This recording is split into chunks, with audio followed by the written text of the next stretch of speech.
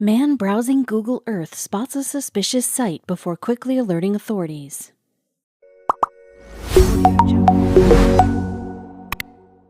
A number of incredible historical discoveries were made completely by accident. The beep of a metal detector or the unexpected clink from a shovel hitting soil has unraveled more truth about our ancestors than some of the most well-researched books. An Italian man named Luca Mori used a different type of tool to uncover the past. He was scanning satellite images of his small hometown when he came across something on the map he had no way of explaining. After he called in the experts, the whole team was shocked at the unlikely findings. Had Google Maps just shined a light on a classic historic mystery? Before there was Google Maps, there was just, maps. Get them from a hotel, the DMV, the grocery store, or wherever, but they didn't show you Earth in every minute detail. Google literally changed the way we see the world, and that was not always a great thing.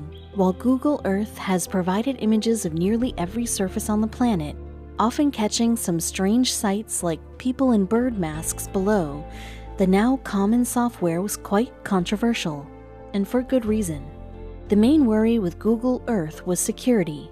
Many national officials and public interest groups expressed concerns that Google Earth was exposing images of sensitive sites. This, they argued, could lead to a breach in national security. In fact, in 2007, the software was blocked by Morocco, Sudan, and Iran. Still, organizations can simply request to have certain areas such as nuclear facilities or military bases blurred to maintain privacy. Google Earth managed to cause incidents in the past. Multiple criminals, including the surviving gunman of the 2008 Mumbai attacks, and Michael Finton, who planned to bomb a federal building in 2009, used Google Earth to plan their attacks. But experts know the tech has been used for good, too. The program can be helpful for something as simple as viewing neighborhoods to consider when moving to a new city, or broader, more educational concerns like viewing stars in the night sky. Of course, people have made world-changing discoveries with the tech, too. When Italian computer programmer Luca Mori was studying maps of the Parma region of Italy, he wasn't expecting to make some incredible discovery. It's hard to believe that anything captured by Google Earth would be something novel. As he scanned the satellite images, he noticed something that stuck out. As a lifelong resident of the area, he thought he knew everything about this corner of Italy, but he stumbled upon something he couldn't quite place. At first I thought it was a stain on the photograph, said 47-year-old Mori, but when I zoomed in, I saw that there was something under the earth. What he saw was a dark oval that was, according to the map, more than 1,640 feet long, as well as shaded rectangular shapes nearby. Mori wasn't sure what to do, short of going out to the site himself to investigate. Instead, he reached out to the National Archaeological Museum in Parma about his find. The experts made their way to where the shadows were on the map and couldn't have been more surprised by what they came across. The area appeared to contain ruins from antiquity. Unsure of what they were looking at, the experts excavated a few pieces of ceramic from the never-before-seen site. They were dealing with something completely unknown to the public. At first, they thought the site might be Bronze Age, but a closer inspection turned up ceramic and stone pieces that showed it as a Roman villa, built sometime just before the birth of Christ, explained Mori. Experts knew how unlikely this find was. While many of the most famous Roman ruins in Italy have become huge tourist attractions frequented by millions of visitors a year, a new site is a massive deal. Researchers and scientists learn so much about the society from ruins. There's a high chance this site might never have been discovered if it wasn't for Google Earth and Luca Mori's sharp eye. While the few pieces they uncovered proved to be promising, there was still a lot of work to be done. The experts and Mori hope to participate in a full archaeological dig of the site, pending approval from local authorities to do so. For all they knew, the site could prove to hold a bevy of ancient artifacts or treasure. Mori's research is interesting in its approach, said Manuela Catarsi Dallaglio, an archaeologist at the National Archaeological Museum of Parma.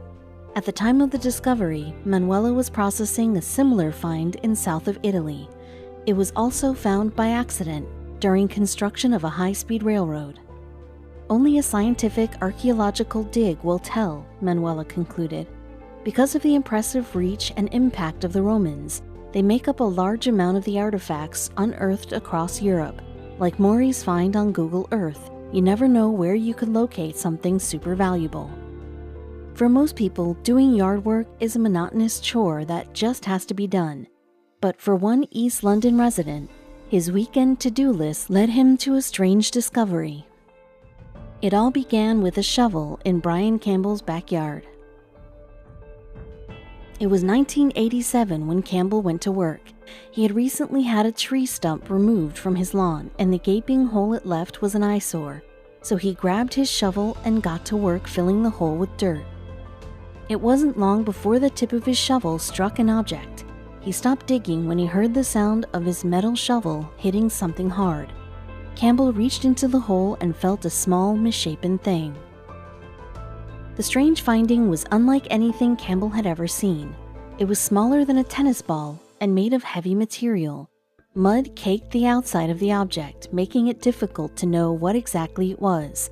However, even when he rinsed it off, he couldn't recognize it. "My first impressions," explained Campbell, were it was beautifully and skillfully made, probably by a blacksmith, as a measuring tool of sorts. At that conclusion, he set the mysterious figurine on his windowsill among his other trinkets, where it sat for around 10 years. It wasn't until Campbell made a trip to a Roman fort in Salzburg, Germany, that he realized the true importance of the object he had stumbled across. Much to his surprise, he saw the very same 12-sided object in a glass display case during his visit. The finding had hardly seemed worthy of a display case, as he had relegated his to his windowsill for the last 10 years. The label under the case read Roman dodecahedron.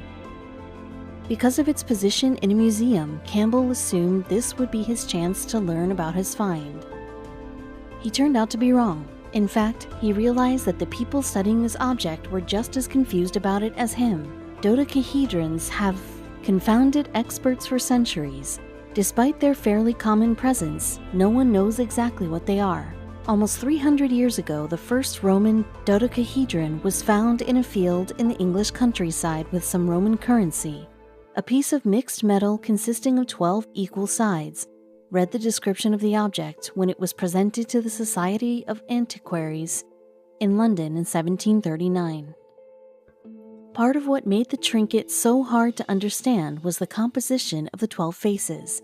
All of the faces had tiny holes of all different sizes, plus each one of the 12 faces had a knob or ball attached to the end of it. The fine and detailed craftsmanship only confused scholars more. Since then, over 300 dodecahedrons have been found. Some are as big as a baseball, others are similar in size to the one Campbell found in his garden. The hollow objects all mimic the same curious construction. There's one thing that drives historians mad about these objects. Unlike most of the artifacts found from history, the 12-sided figures have no recorded mentions whatsoever. Historians rely on written records to gather most of their knowledge about the past. Without any information about these dodecahedrons, they are forced to fill in their own blanks. Because of the high-quality craftsmanship on the dodecahedrons, many researchers believe they were quite valuable. The debate is over where exactly they brought value. The theories over these things vary significantly. During the 19th century, a popular theory revolved around dodecahedrons being used as a weapon of some kind, possibly like a bullet for a slingshot, but there was a huge flaw with that opinion. Why would they craft such an intricate design for a run-of-the-mill weapon? Historian Tibor Gruel of the University of Pécs in Hungary also point out that no dodecahedrons are the same size, nor do they have any numerical markings on them. The practical function of this object can be excluded because none of the items have any inscriptions or signs on them, Gruel explained. On the opposite end of the spectrum, some people believe it may have been used not as a weapon but as a toy. Dodecahedrons resemble the French cup and ball game and dice, but there's another idea about their use that is a little more fanciful. The object was found in the 4th century grave of a woman in Netherlands. Along with the remains of a bone staff, the dodecahedron was mounted on the staff like a scepter, and probably ascribed with magical powers, bestowing religious power and prestige on its owner, as explained by the Gallo-Roman Museum. If not mystical, there's another possibility for cultural significance. The 12 sides could have a link to the astrological zodiac, or fortune-telling, which was quite common in ancient times. Other theories still persist. From weapons to toys to artistic statements, the ancient mystery of the dodecahedron persists. While this particular part of Roman history remains a secret, there's a lot we do know about the ancient Romans, including some disturbing hygiene practices and odd eating patterns that don't fit in with such a refined society. Diaries kept by a passionate Roman foodie named Apicius detailed some of the utterly bonkers recipes that were considered the best eats across the empire. It reads more like magic potion ingredients than a cookbook. There were meals that sounded particularly witchy, like spade sow's womb, paunch of a suckling pig, and stuffed dormouse casserole. But the Romans experimented with eating pretty much any animal you can think of: parrots, peacocks, dolphins, and giraffes. On recovered Roman shipwrecks, archaeologists found jars of a popular condiment called garum. This sun-fermented fish sauce was often sopped up with bread, but was also loaded with parasitic tapeworm eggs. No thanks. Etiquette standards were non-existent in ancient Rome. Dinner party guests simply disposed of their cleaned animal bones by tossing them willy-nilly onto the floor. Later, slaves were ordered to clean the mulch of food scraps that had collected. Since sitting down for lunch was gambling with parasites and bacteria, it follows suit that Roman medicinal practices were not even close to as sterile as contemporary medicine. Animal and human excrement were used topically and orally for cures and holistic treatments. Roman medicine shifted the medical standard from largely supernatural to focused on balancing the 4 humors of the body: blood, yellow bile, black bile, and phlegm. Bloodletting was popular just for the heck of restoring equilibrium. Studying fossilized Roman fecal matter revealed a wide variety of infections and parasites commonly born out of poor hygiene and sanitary conditions, dysentery and roundworm among them, which experts say has something to do with a common farming practice of the time. The filthiness of human waste just wasn't a blip on ancient Roman radar. They viewed excrement as a natural resource, spreading it as fertilizer for crops, fulfilling a toxic and nightmarish cycle when they tucked in to eat their yield. Urine proved useful as laundry detergent. It was the job of a fuller to leave out and collect jugs of urine in the street to wash clothes in it, since the ammonia worked to remove stains. Toilet paper shortages were a non-issue back in ancient Rome. To clean their keister, they reached for a sponge on a stick called a xylospongium. Bathrooms consisted of a bench with holes reminiscent of an outhouse. There's an obvious red flag to this scenario. A sponge on a stick probably worked well enough, sure, until you factor in the fact that xylospongium were shared amongst many people, and who can say if they were cleaned.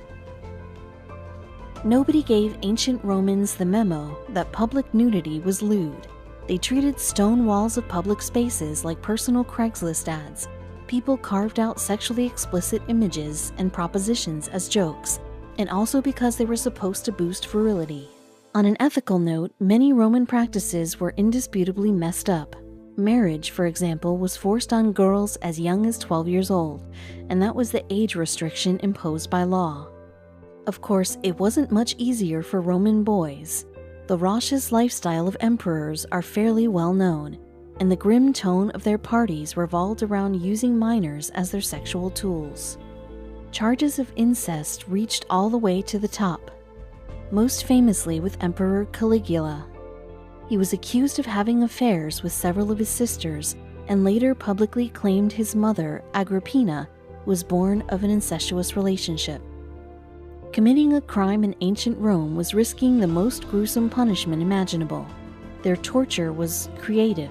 They fed the guilty to wild animals and buried alive disgraced Vestal virgins. But the worst was saved for people who committed the most heinous acts. Sinister minds developed what they felt was an appropriate punishment for people who murdered their fathers, which involved putting the convicted in a bag with a reactive animal like a snake, rooster, or monkey, and tossing them into the Tiber River. Life for the average ancient Roman was regularly anticipating brutality. No one was safe from the wrath of the soldiers conquering cities. Innocent civilians, women, and children all were slaughtered by the thousands. Entire cities burned to ash. While they definitely took a major leap forward with public health initiatives like aqueducts and bathhouses, none of these would pass the most lenient of health inspections. The olive oil they slathered on every bather, as well as their dead skin scrapers, were perpetually reused. After thousands of years of modernization, development, and societal growth, we still had miles to go in terms of proper hygiene. Looking back at the health habits of the American colonists, it's shocking how much cleanliness standards changed in only a few hundred years. Though keeping oneself clean is common practice in our day, hygiene was a somewhat controversial topic in the 18th century. Some doctors actually advocated against bathing regularly, as they believed the body's oils were essential to good health. Religion and cleanliness also went hand in hand, as filth and dirt were often equated with sin and the devil. Morality came into play as well, as those who were clean were looked at as less likely to commit wrongdoings. While most rinsed their hands and faces each morning, full-body baths were uncommon among most men, women, and children. Infants, however, were bathed regularly, though this was more so in an effort to harden them than clean them. In some cases, women actually preferred not to bathe and use their uncleanliness as a means of self-defense. Using their body odor, they hoped to repel the unwanted advances of overly persistent men. Another deterrent to bathing was the size of most wash basins, as only the extraordinarily wealthy could afford bathtubs large enough to hold an adult. Freshwater bodies like lakes served as basins of a sort for lower-class men, yet soap was rarely brought along. This was because lye soap, made from a mixture of animal fat, lye, and ash, was difficult to make and incredibly harsh on skin. Instead, this soap was used to wash clothing and dishes. Yet not all clothes were washed equally, as the process of drawing water, heating it, cleaning the clothes, and wringing them out to dry was a strenuous one. Therefore, only the dirtiest clothes, aprons, underwear, diapers, and the like, were cleaned. Unfortunately, this meant that most blankets and bed sheets went unwashed, leading to frequent bug infestations. Fleas, cockroaches, and mosquitoes were prevalent, and some even resorted to sleeping beside campfires to keep the bugs at bay. Lice were also a frequent nuisance, especially when it came to the powdered wigs that most upper-class colonists wore. Despite most men and women shaving their heads to prevent the bugs from nesting, their wigs served as the perfect place for lice to settle in. Washing the wigs did little to rid them of the infestation, leaving colonists to coat them in bergamot, bay leaves, and other repellents to keep the bugs away.